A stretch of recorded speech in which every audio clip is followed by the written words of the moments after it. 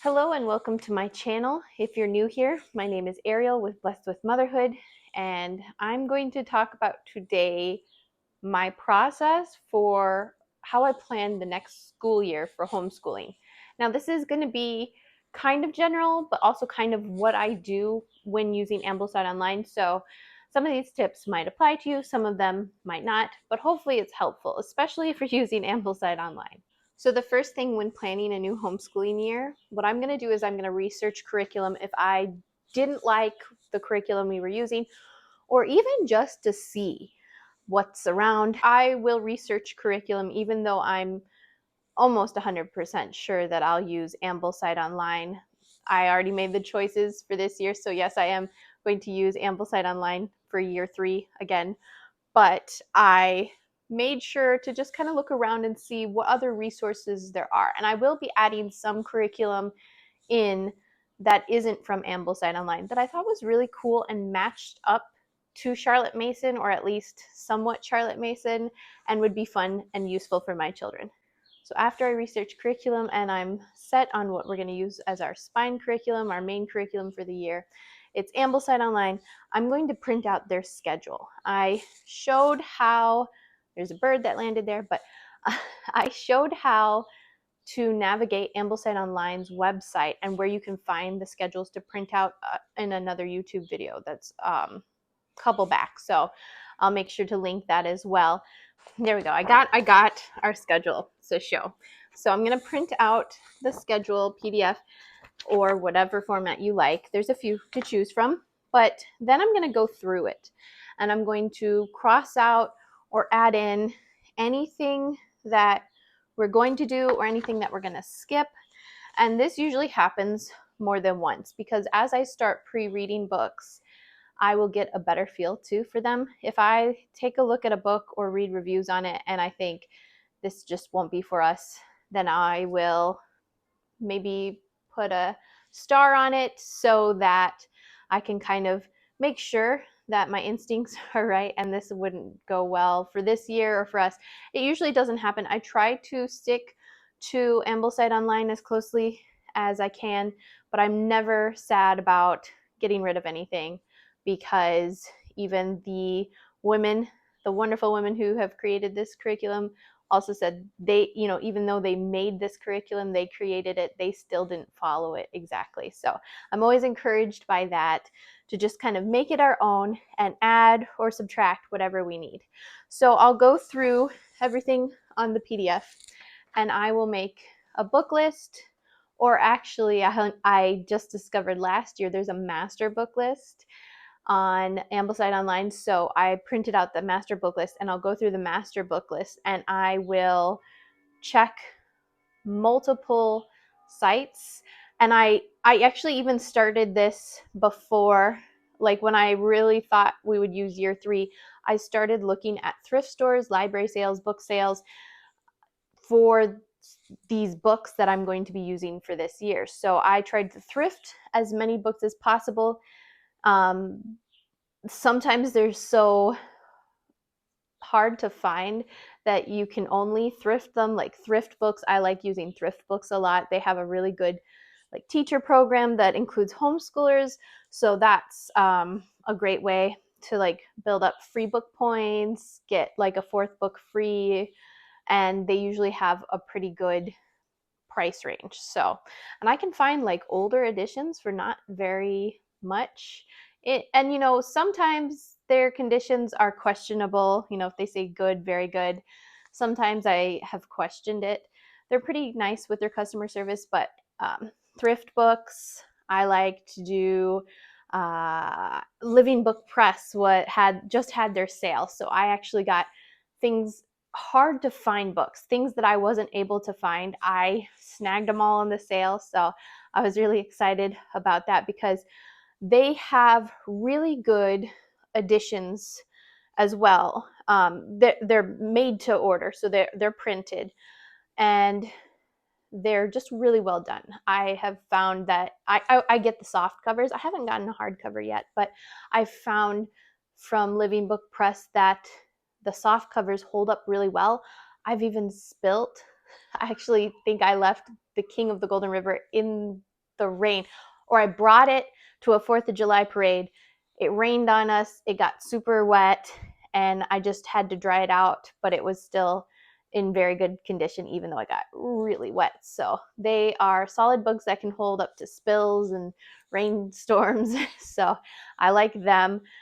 I like waiting for their sales. So when I am shopping curriculum, I will pay attention to companies that I like and their sales, so that each year I'm kind of ready for their biggest sales. Sometimes it's Black Friday, sometimes it's back to school for their big sales. Sometimes, for example, Living Book Press's biggest sale is their birthday sale in March. I think they might have another back to school sale, possibly, but I wanted everything already planned now so that we were ready for everything. Like, most of the planning was already done before.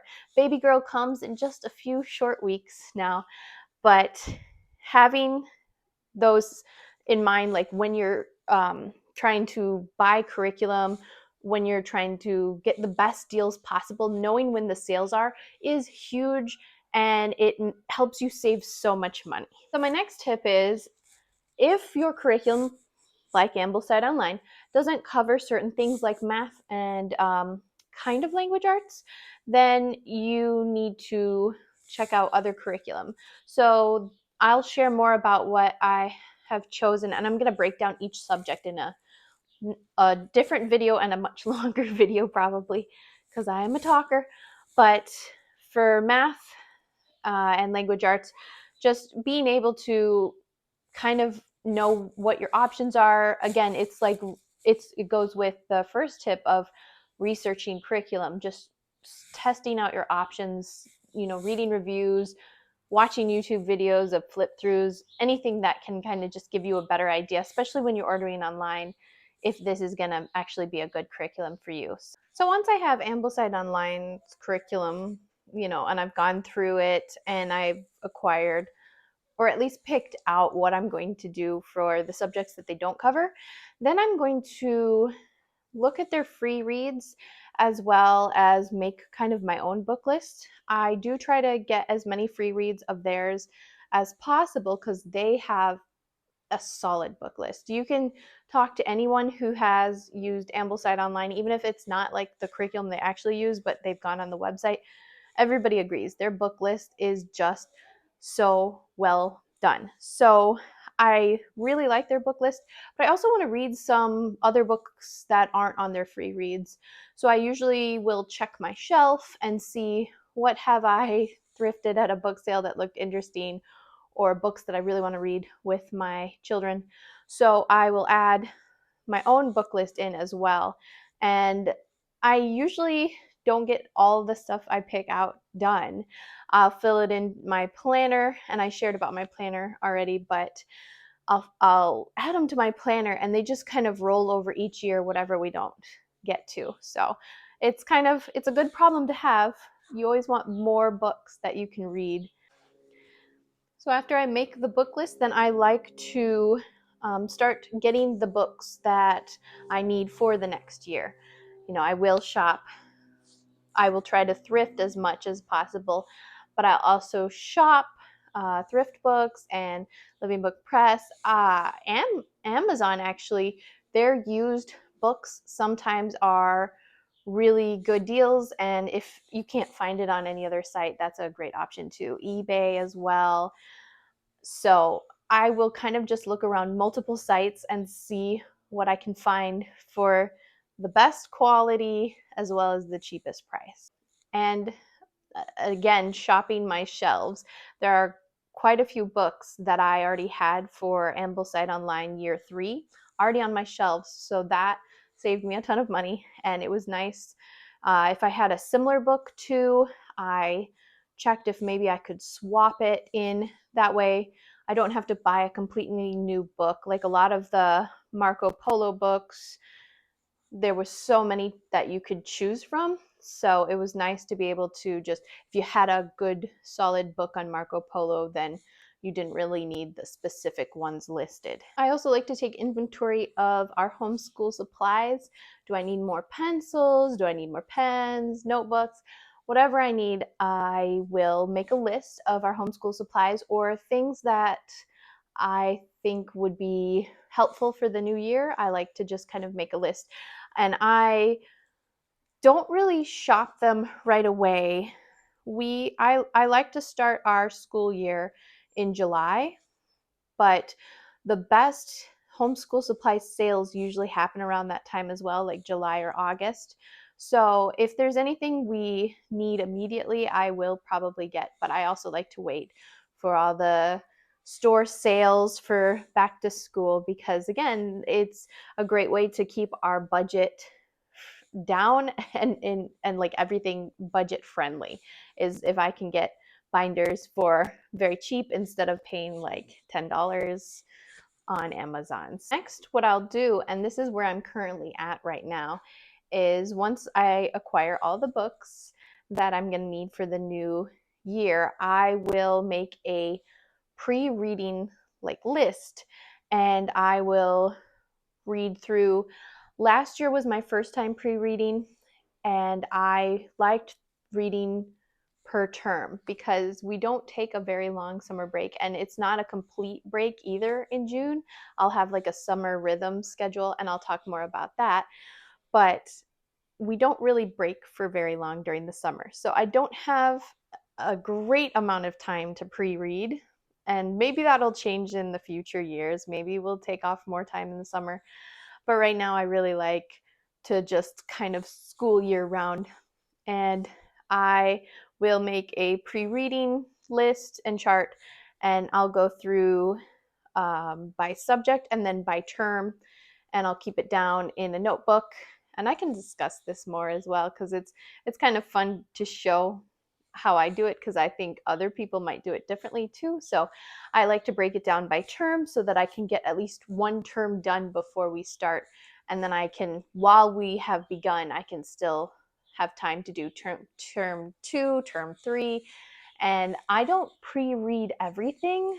I try to, but definitely I don't pre-read the free reads because we read those together and we'll listen to audiobooks. So I don't pre-read those, but I also try to pre-read the hardest subjects first. So stuff that I would want a little bit more knowledge or know how to pronounce names. So like the Bible and history, those are definitely ones where if I can add like a map for the Bible, that makes everything a little bit more visual of where they're traveling or where they are. That's always great. And then history as well.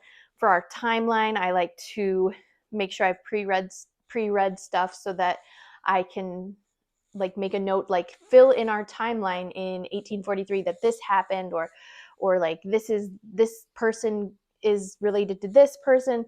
You know, history can be very complicated and it's always tied together. So it's definitely one of the harder subjects because probably the longest reads do come from history. So those do take me quite a long time to get through. But like the past couple years, we've been using the same books. So I'm not reading the entire book. I'm just reading maybe like 10 chapters per term. So it's not too bad. I've got my book list. I've started pre-reading. I have gotten my school supplies. Now I'm going to, or at least I've got a list of the school supplies that I want if I'm still waiting for the back to school sales. But then I will start preparing my mother teacher binder as well as my student binders. Now they're very similar to morning menus. And I liked the morning menus, especially for young kids, because they could draw on it with like a dry erase crayon or marker and easily be erased. Whereas the binder was better for formal students or older students because I had so many extra resources that I wanted to put in that just the morning menu really limited what I could put in. So I have a binder for myself. I include there's so many great resources in the files section of Ambleside Online, in the Facebook group, as well as the forum. Just anytime I come across like very useful things, like there's like outlines of what kings and queens were and what family they were related to, and that helps me keep stuff straight as well. So I just add those kind of things into my mother teacher binder as well as my oldest binder. Probably my second kiddo will get her own binder this upcoming year. She's not going to be formal, she's still going to be kindergarten, or I really like to refer to it as Kinderleben, but that seems like a CM term, but still, Kinderleben. I will give her her own binder though, because she really wanted to look at the lyrics. Now, she doesn't know how to read yet. It's something that I'm planning still if I'm going to maybe teach her this year. She's showing lots of signs of readiness, so I might start teaching her this year.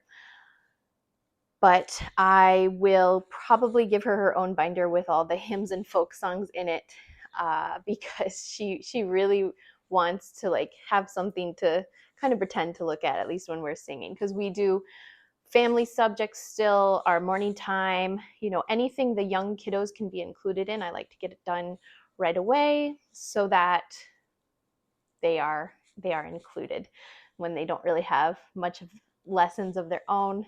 And so preparing my mother teacher binder, I can make like a separate video of what's that, because that otherwise this video is going to be like thousands of years long. But I will share more about my mother teacher binder in another video, because it's fun to see like all the different resources that are out there. Like there's just so many cool resources that I've come across. I also like to work on mother culture at this time. And what this means is it's Charlotte Mason encouraged that the homeschool moms and dads didn't just kind of learn alongside their kids, but they kind of prepared their own heart for homeschooling. So mother culture for me is I like to read up on homeschooling books and kind of just implement strategies, ideas, tips, anything, especially reading Charlotte Mason's volumes or Charlotte Mason's books on how to do certain subjects, and even rereading them, because the first time you read a book, you're going to speed read through it and miss a lot. So there are many books that I reread every year or every couple years, and I'm still going through Charlotte Mason's volumes, and I like to make notes and just kind of implement what I've learned into our homeschooling. So making time for mother culture is very big for me, and making sure that I am constantly honing my craft of being a homeschool mom, because it's my job. And I like going to conferences, whether they're like visual or in person. I actually haven't been to too many in-person ones, and not a Charlotte Mason one yet. Hopefully that'll change. I really wanted to go to a bunch this summer, but since baby's coming, I knew that was probably a silly thing to try and guess how ready I would be when they started coming up, because some of them were really close to like her due date. So we're letting that go. We're doing in person another time, but we're going to do visual conferences, or virtual conferences, I mean, this year. So having homeschool books that I can hone my craft with, as well as conferences, just make me feel better prepared and more excited when I learn new things to do in our homeschool. None of these are a necessity, but I highly recommend just kind of preparing your mother culture. I also like to write out a mission statement, which is basically like my goals and why I homeschool. What is the goal of my homeschool this year? What are my children's goals? Things like that. Just writing a mission statement for some motivation during the hard times, because there are times you'll hit a wall with homeschooling. Maybe your kids are very resistant and you kind of have to make them do each lesson with like begrudgingly, even though Charlotte Mason has us do like very short lessons. Still, you will find that kids will fight you some days, or you don't feel like it, or something will happen where it's just you've hit a wall. And so reading my mission statement and praying over our homeschool is really helpful. I really like to kind of remind myself, well, this is why we homeschool. The day is hard, but it is so worth it. And it's not like I ever feel, oh, maybe I should send my kids to public or private school.